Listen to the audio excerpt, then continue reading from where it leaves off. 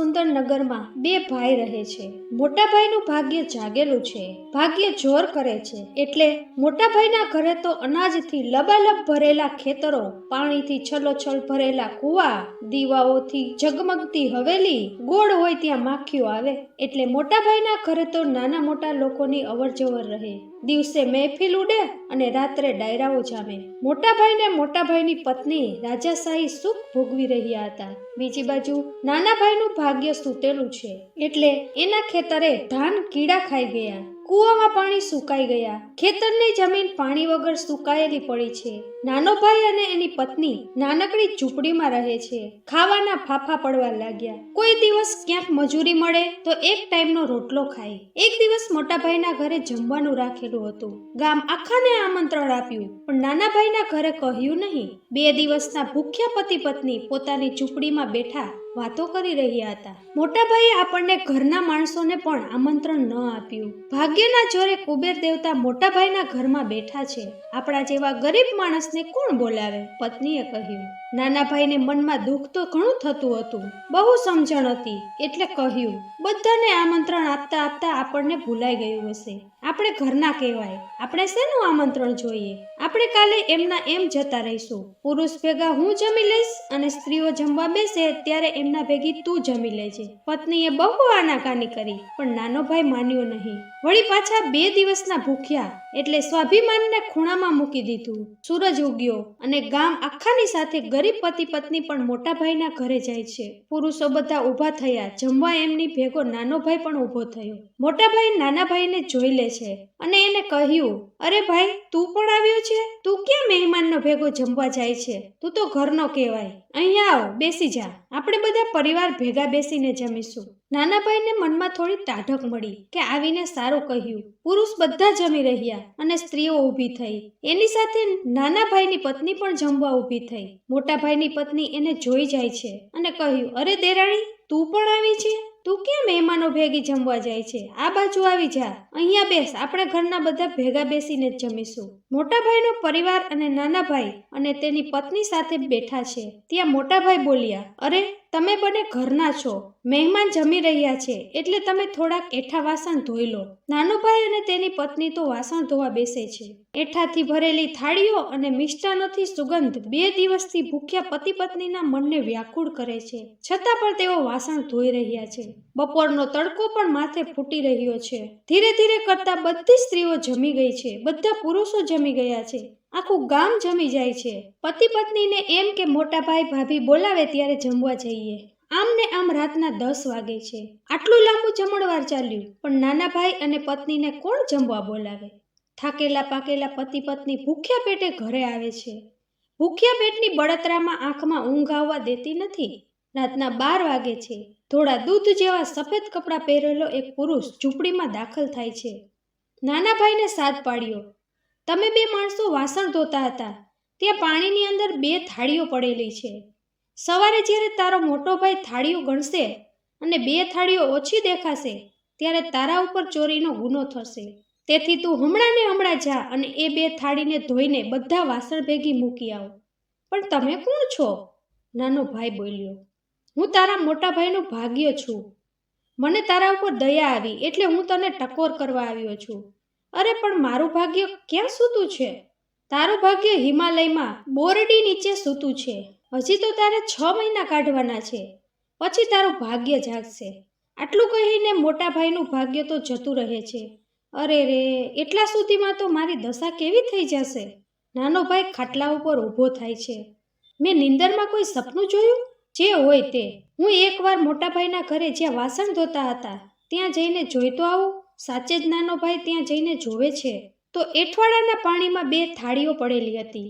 સવારે નાનો ભાઈ તેની પત્નીને કહે છે કે હું હિમાલયમાં મારા ભાગ્યને જગાડવા માટે જાઉં છું। પત્નીએ કહ્યું કે હા ભલે, હું તો બીજાના ઘરે દરણા દણીને મારો રોટલો કરી લઈશ।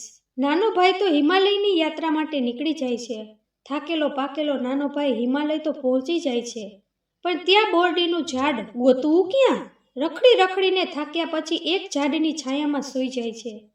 તે ઘસઘસાટ ઊંઘતો હતો, ત્યાં તેને સપનું આવ્યું કે ઉગમણી દિશામાં એક મોટી બોરડીને નીચે તારું ભાગ્ય સૂતું છે. નાનો ભાઈ તરત જ બેઠો થઈને ઉગમણી દિશામાં ચાલે છે. ત્યાં તેનું ભાગ્ય કાંટાની બોરડી નીચે સૂતું હતું. નાનો ભાઈ તો ભાગ્યનો જમણો અંગૂઠો દબાવે છે. ભાગ્ય બેઠું થઈને જોવે છે તો આ તો મારો સ્વામી છે. મારી દશા આવી ગઈ છે. તું ચાલ, અત્યારે જ મારી સાથે ચાલ.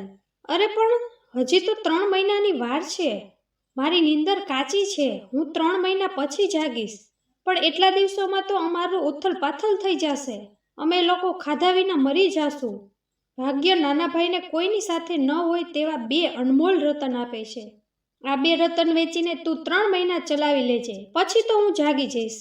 આટલું બોલીને ભાગ્ય ફરીથી સૂઈ જાય છે. નાનો ભાઈ તો રતન લઈને પાછો વળે છે. તે વિચારે છે કે આટલા મોંઘા રતન તો કોણ ખરીદી શકે, એટલે હું રાજ દરબારમાં જઈને આ રતન વેચી આવું.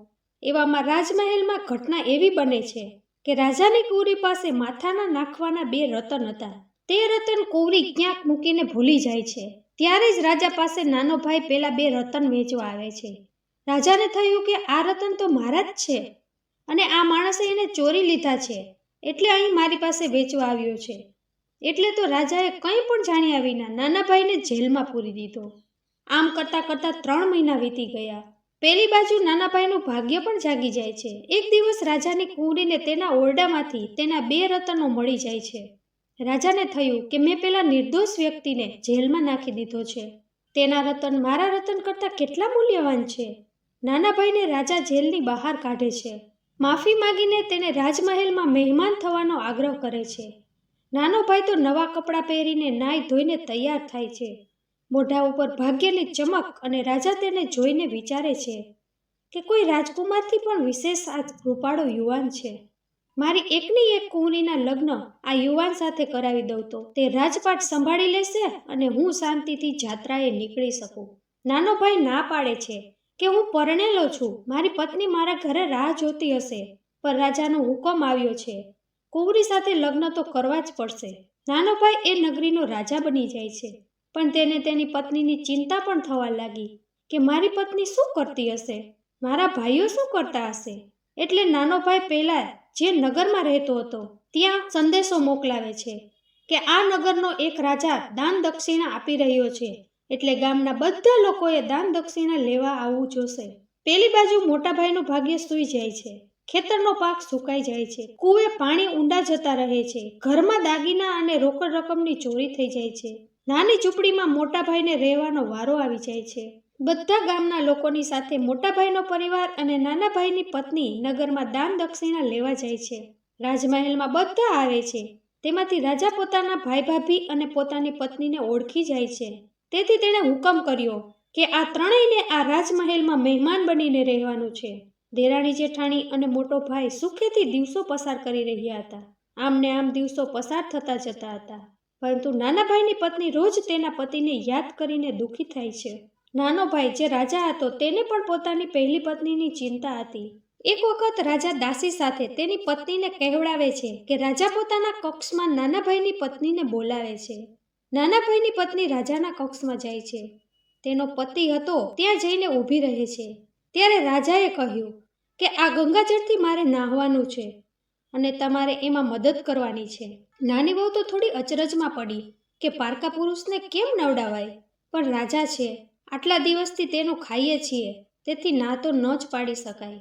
રાજાની ઉપર ત્રાસ કરીને ગંગાજળ રેડે છે. ત્યારે પત્નીની આંખમાંથી દળ દળ કરતા આંસુ વહેવા લાગ્યા. રાજાએ પૂછ્યું કે કેમ રડી રહ્યા છો? મારા પતિને પણ આવા જ કેસ હતા. મારા પતિને પણ આવું જ ખંભા ઉપર લાખું હતું. મારા પતિ તેનું સૂતેલું ભાગ્ય શોધવા હિમાલય ઉપર ગયા છે, પણ હજી સુધી પાછા નથી આવ્યા. તેમની કંઈ જ ખબર નથી. ત્યારે રાજા બોલ્યા કે તમારો પતિ તમારી સામે આવે તો તમે ઓળખી શકો ખરા? હા, કેમ ન ઓળખી શકો? રાજા તો ઊભો થઈને અંદર જાય છે અને પોતાના જૂના કપડાં પહેરીને બહાર આવે છે. પત્ની તો પોતાના પતિ રાજા છે એ જાણીને ખુશ થઈ જાય છે. તમે અહીંયા અને તમે જ રાજા છો? હા, હું જ રાજા છું.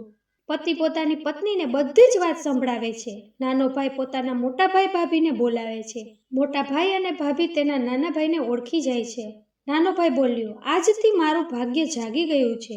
અને તમારું ભાગ્ય સૂઈ ગયું છે. જ્યારે મારું ભાગ્ય સૂતેલું હતું ત્યારે મારી આવી દશા હતી. પણ કંઈ વાંધો નહીં. પણ આ રજવાડામાં કોઈ વાતનો તૂટો નથી. તમે અહીં રહો, ખાઓ પીવો અને મોજથી જીવો. બંને ભાઈઓ સંપીને રહે છે અને સુખ શાંતિથી પોતાના દિવસો વિતાવે છે. મિત્રો, આથી જ તો જ્યાં સુધી ભાગ્ય સૂતું હોય ત્યાં સુધી ધીરજ રાખીને જીવવું, અને જ્યારે ભાગ્ય જાગે ત્યારે આપણા જેવા બીજાની મદદ જરૂર કરવી. તો મિત્રો, આજનો વિડીયો તમને જરૂર ગમ્યો હશે તો વિડીયોને લાઇક, શેર અને સબસ્ક્રાઇબ કરજો. તમે બધાએ મને ખૂબ જ પ્રેમ આપ્યો છે અને આગળ પણ આવો જ પ્રેમ આપતા રહેજો. ધન્યવાદ. ફરીથી મળીશું મિત્રો આવા જ વિડીયો સાથે. ત્યાં સુધી તમારું ધ્યાન રાખજો, હસતા રહેજો અને હંમેશા ખુશ રહેજો.